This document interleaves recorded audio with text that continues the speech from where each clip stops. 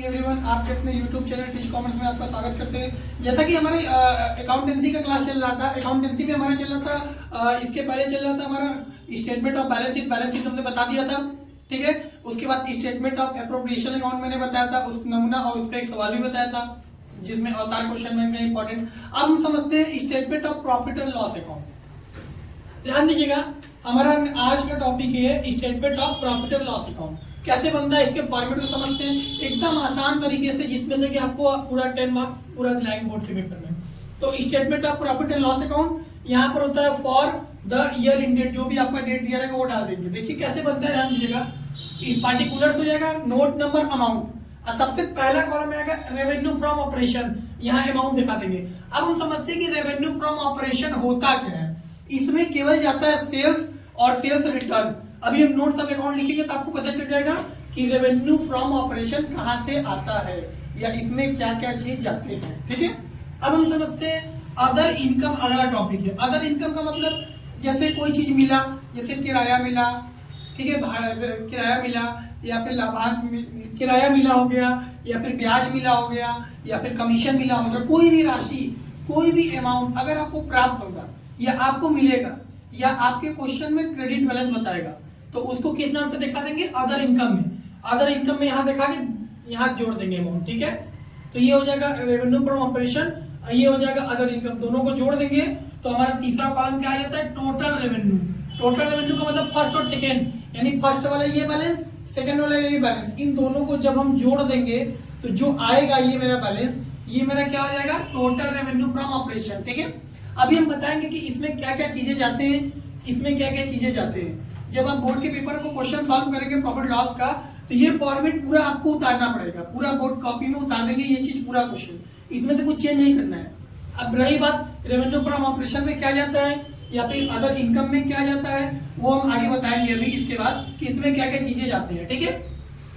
तो ये तो पूरा टोटल रेवेन्यू जोड़ देंगे, तो टोटल दोनों बैलेंस को जोड़ देंगे तो आपका क्या आ जाएगा, टोटल रेवेन्यू। और टोटल रेवेन्यू को जोड़ के यहाँ से क्लॉज रोक देंगे, ठीक है, यहीं पर डबल लाइन खींच देंगे, यानी इससे यह पता चलेगा कि ये मेरा पूरा इनकम है, ठीक है, ये मेरा क्या है, पूरा इनकम है। अब हम एक्सपेंसेस की बात करते हैं, तो अगला आता है चौथा जो कॉलम होता है वो एक्सपेंसेस। एक्सपेंसेस में पहला आता है कॉस्ट ऑफ मटेरियल कंज्यूम्ड। अब ये कॉस्ट ऑफ मटेरियल कंज्यूम क्या होता है, इसमें बिके गए माल की कुल लागत, तो इसको बताते हैं, इसका बैलेंस यहाँ दिखा देंगे।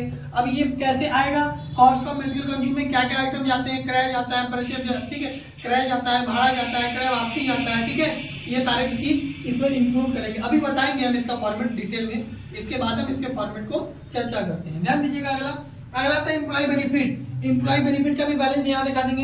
एम्प्लॉय बेनिफिट में केवल दो चीज जाता है, वेजेस और सैलरी, बस क्वेश्चन में दिया रहेगा केवल दो चीज, वेजेस और सैलरी। अगर उसका आउटस्टैंडिंग रहेगा तो उसको आप जोड़ देंगे, ठीक है। तो इसमें क्यों दो चीज जाता है, वेजेस, सैलरी, अभी इसका भी फॉर्मेट को हम चर्चा करते हैं। तो आप जब बोर्ड के पेपर का बनाएंगे तो खाली एम्प्लॉय बेनिफिट लिखेंगे। अब यहाँ ये नहीं दिखाएंगे कि ये कैसे बैलेंस आया, वो रफ में आप दिखा सकते हैं नोट्स ऑफ अकाउंट में कि एम्प्लॉय बेनिफिट में जो भी पैसा आया वो कहाँ से आया, ठीक है। अब नेक्स्ट चर्चा करते हैं डेप्रिसिएशन एंड अमोर्टाइजेशन एक्सपेंसेस। अब डेप्रिसिएशन का मतलब क्या होता है, ह्रास, बोलेगा भूमि पर 5% ह्रास, भूमि भवन पर 5% ह्रास बोल देगा, या फर्नीचर पर 10% ह्रास, या फिर मशीनरी पर 10% ह्रास। तो उन सब का परसेंटेज निकाल के, उन सब का परसेंटेज निकाल के यहाँ पर दिखा देंगे, इसी में जोड़ देंगे अमाउंट ना सारे का। यहाँ लिखेंगे नहीं कि मशीन पे 5% निकाला तो फर्नीचर पे 5% निकाला, डायरेक्ट आप उसको रफ में निकाल के जोड़कर डायरेक्ट बैलेंस यहाँ दिखा देंगे, ठीक है। तो ये हो जाएगा आपका डेप्रिसिएशन अकाउंट, ठीक है। उसके बाद समझते हैं अदर एक्सपेंसेस। अब अदर एक्सपेंसेस जो बचा कुछ एक्सपेंसेस हो गया, जैसे किराया दिया हो गया, या किराया मिला तो यहाँ दिखा देंगे, किराया दिया तो यहाँ क्या दिखा देंगे, ठीक है। कमीशन मिला तो यहाँ दिखा देंगे, खाली कमीशन बोला तो यहाँ दिखा देंगे, बस देखिएगा बैलेंस क्रेडिट ना हो, ठीक है। तो अदर एक्सपेंसेस में बैड डेट हो गया, प्रोविजन फॉर डेप्ट हो गया, और भी सारे आइटम जाते हैं एक्सपेंसेस में। एडवर्टीजमेंट हो गया, पेंटिंग हो गया, स्टेशनरी हो गया, तो जितने भी सारे खर्चे होते हैं वो सारे कहाँ जाते हैं, अदर एक्सपेंसेस में, ठीक है। अब हम ये एक्सपेंसेस जो चौथा कॉलम था, इन सारे बैलेंस को हम जब जोड़ेंगे तो जो एग्जैक्ट बैलेंस आएगा उसको भी डबल लाइन से क्लोज कर देंगे, ठीक है, डबल लाइन से क्लोज कर दिए। अब हमारा जो पांचवा कॉलम आता है profit before tax. Profit before tax क्या आता है, 3 - 4। 3 मतलब ये वाला जो आपका बैलेंस था टोटल, यहाँ देखिए 3 लिखे थे ना, इन दोनों को जोड़े तो टोटल 3 था। 3 का बैलेंस यहाँ रख देंगे, जो भी 3 का बैलेंस है, ठीक है। फिर माइनस कर देंगे 4 का बैलेंस, 4 का बैलेंस ये है क्योंकि चौथा बैलेंस ये था आपका, ये सारा आइटम तो यहाँ पर चला गया था, ये चौथा आप यहाँ दिखा देंगे। जब 3 में से 4 घटाएंगे तो आपका क्या आता है, profit before tax. Profit before tax 3 में से 4 घटा के यहाँ दिखा देंगे, ठीक है। आप डायरेक्ट यहाँ दिखा सकते हैं, यहीं पर आपका खाता क्लोज हो जाएगा, ठीक है। लेकिन कभी कभी अगर क्वेश्चन में टैक्स दे देगा या बोलेगा आयकर दिया, ठीक है, अगर आयकर देता है तो इसी बैलेंस के का आयकर निकालेंगे, इनकम टैक्स निकाल के यहाँ देखिए टैक्स लिखिए ना, केवल टैक्स निकाल देंगे और इसमें से ये घटा देंगे, तो जो आपका आंसर आएगा वो प्रॉफिट आफ्टर टैक्स आ जाएगा। आफ्टर मतलब 50, बिफोर मतलब पहले, यानी टैक्स के पहले प्रॉफिट बोलेगा तो ये डायरेक्ट उसको दिखा सकते हैं। लेकिन अगर क्वेश्चन में टैक्स देगा तो टैक्स निकाल के और इसमें से टैक्स निकाल के घटा देंगे, तो जो आपका बैलेंस आएगा वो क्या आएगा, प्रॉफिट आफ्टर टैक्स।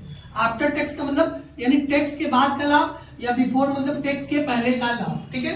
अब यही बैलेंस या तो ये तो देगा नहीं, फिलहाल कभी क्वेश्चन देता नहीं है टैक्स वाला, अगर दे देगा तो कोई दिक्कत नहीं, इतना तक तो फॉर्मेट आपको आता ही है। मेन पेपर में बस इतना तक ही फॉर्मेट रहता है, ये 5 तक, बस ये 5 तक की कॉलम ही बच्चों को बनाने आता है, ठीक है, पेपर में। तो ये नीचे वाला कॉलम आता नहीं, कभी कभी आ जाएगा तो कोई दिक्कत नहीं, बस आप एक कॉलम और बढ़ा दीजिएगा जिसको बोलते हैं टैक्स, और टैक्स इसमें से ये हटा देंगे, तो जो आएगा, जो ये हेडिंग आपका बना था बिफोर टैक्स, तो बिफोर का नाम चेंज हो गया आफ्टर हो जाएगा, बाकी प्रॉफिट सेम रहेगा और टैक्स सेम रहेगा, ठीक है। तो ये आ गया प्रॉफिट लॉस का स्टेटमेंट, ये आपका नमूना हो गया, ठीक। अब इस पर एक सवाल करते हैं हम, ठीक है। अब तब तक अब देखिए इसके नोट्स ऑफ अकाउंट को समझते हैं, इसमें क्या क्या कॉलम जाएंगे, ठीक है, तो ध्यान दीजिएगा। आइए अब समझते हैं जो हमारा समझे स्टेटमेंट ऑफ प्रॉफिट लॉस, तो उसमें पहला कॉलम था रेवेन्यू फ्रॉम ऑपरेशन। अब हम समझते हैं रेवेन्यू फ्रॉम ऑपरेशन में जाता क्या क्या है, तो देखिए मेनली 2 चीज जाता है, क्या क्या जाता है, सेल्स यानी बिक्री हो गया, और S/R का मतलब क्या होता है, सेल्स रिटर्न, यानी बिक्री में से जो होता है आपका जो सेल्स होता है, सेल्स में से अगर यानी बिक्री में से बिक्री वापसी घटा देते हैं तो जो बैलेंस आता है वो किसका आ जाता है, रेवेन्यू फ्रॉम ऑपरेशन। तो हम अगर स्टेटमेंट ऑफ प्रॉफिट लॉस का कॉलम बनाएंगे तो वहां पर दिखा देंगे स्टेटमेंट ऑफ प्रॉफिट लॉस, ठीक है। अब नेक्स्ट समझते हैं, मतलब रेवेन्यू फ्रॉम ऑपरेशन में वहां दिखा देंगे। नेक्स्ट समझते हैं अदर इनकम। अदर इनकम में क्या क्या चीज जाता है, रेंट रिसीव, अगर कोई भाड़ा वाड़ा रिसीव हो रहा है, या फिर आपका कमीशन रिसीव हो रहा है, या फिर आपका इंटरेस्ट रिसीव हो रहा है, या जो भी रिसीव होगा आपको इनकम, ठीक है, सारे इनकम को हम जोड़ लेंगे, जोड़ के बाहर कर देंगे, ये जो बैलेंस होगा उसको अदर इनकम में दिखा देंगे टोटल बैलेंस के नाम से, ठीक है। अब आप समझ जाएंगे कि अदर इनकम में क्या क्या चीज जाती है, जो भी आपको प्राप्तियां होगा, उसके बाद ये तो हमारा टोटल इनकम हो जाएगा। अब समझते हैं एक्सपेंसेस में। एक्सपेंसेस में मेरा पहला हेडिंग था कॉस्ट ऑफ मटेरियल कंज्यूम्ड। अब कॉस्ट ऑफ मटेरियल कंज्यूम हम लिखे थे, लेकिन उस कॉस्ट ऑफ मटेरियल कंज्यूम में क्या क्या चीजें जाते हैं, तो पहला समझते हैं ओपनिंग स्टॉक। ओपनिंग स्टॉक मतलब प्रारंभिक रहतिया या फिर रहतिया, पेपर में आपको दिया रहेगा, क्वेश्चन में देगा ये सब रहतिया, ठीक है, जिसको ओपनिंग स्टॉक बोलते हैं, प्रारंभिक रहतिया। उसके बाद प्लस कर देंगे परचेस यानी क्रय क्या कर देंगे, उसमें जोड़ देंगे। उसके बाद भाड़ा यानी आपका कैरेज का मतलब भुलाई और भाड़ा, ठीक है, दोनों सेम होता है, उसको भी जोड़ देंगे। तीनों बैलेंस को जोड़ के नीचे कर लेंगे। अब क्या क्या घटाते हैं, परचेज रिटर्न अगर रहेगा तो वो घटा देंगे, यहाँ लिख देंगे परचेज रिटर्न, और अगर क्लोजिंग स्टॉक रहेगा यानी अंतिम रहती है तो वो लिख देंगे, दोनों जोड़ के यहाँ कर देंगे। इस बैलेंस में से ये बैलेंस जब हम घटा देंगे तो जो मेरा बैलेंस आएगा वो आ जाएगा कॉस्ट ऑफ मटेरियल कंज्यूम्ड, ठीक है। जब हम क्वेश्चन कराएंगे तब आपको क्लियर हो जाएगा, ठीक है। अब नेक्स्ट देखिए 2 चीज और बचा हुआ है 3। अब देखिए अगला हमारा आता है एम्प्लॉय बेनिफिट। एम्प्लॉय बेनिफिट में क्या क्या जाता है, केवल 2 चीज जाता है, वेजेस और सैलरी। वेजेस मतलब मजदूरी हो गया और सैलरी मतलब वेतन हो गया। इन दोनों बैलेंस को हम जोड़ देंगे तो जो बैलेंस आएगा वो आप किस नाम से दिखा देंगे, एम्प्लॉय बेनिफिट। जब हम बैलेंस जब स्टेटमेंट ऑफ प्रॉफिट लॉस तैयार करेंगे फॉर्मेट, तो वहां पर ये कॉलम मिल जाएगा एम्प्लॉय बेनिफिट। तो एम्प्लॉय बेनिफिट में क्वेश्चन में देख लीजिएगा कि वेजेस और सैलरी कहाँ गया, बस इन्हीं दोनों बैलेंस को जोड़ देंगे तो वो दिखा देंगे, ठीक है। अब कभी कभी क्या होता है इसमें आउटस्टैंडिंग भी रहता है। आउटस्टैंडिंग मतलब बकाया हो गया, या फिर उसको भी जोड़ सकते हैं। जैसे मान लीजिए बोलेगा आउटस्टैंडिंग सैलरी 10 रुपया और बोलेगा जो अदर जो है वो आउटस्टैंडिंग 5 रुपया, तो टोटल 15 आप यहाँ दिखा सकते हैं, ठीक है। अगर क्वेश्चन कराएंगे तो आपको क्लियर हो जाएगा। उसके बाद आता है हमारा डेप्रिसिएशन। डेप्रिसिएशन में क्या क्या आता है, डेप्रिसिएशन ऑन मशीन, यानी मशीन पर डेप्रिसिएशन जो रहेगा वो दिखा देंगे। डेप्रिसिएशन ऑन फर्नीचर जो रहेगा वो दिखा देंगे। डेप्रिसिएशन ऑन बिल्डिंग जो रहेगा वो दिखा देंगे। और भी जिस चीज पर डेप्रिसिएशन यानी ह्रास रहेगा, इन सारे बैलेंस को जोड़ देंगे तो आपका ये जो बैलेंस आएगा वो किस हेडिंग में चला जाएगा, डेप्रिसिएशन वाले हेडिंग में, ठीक है।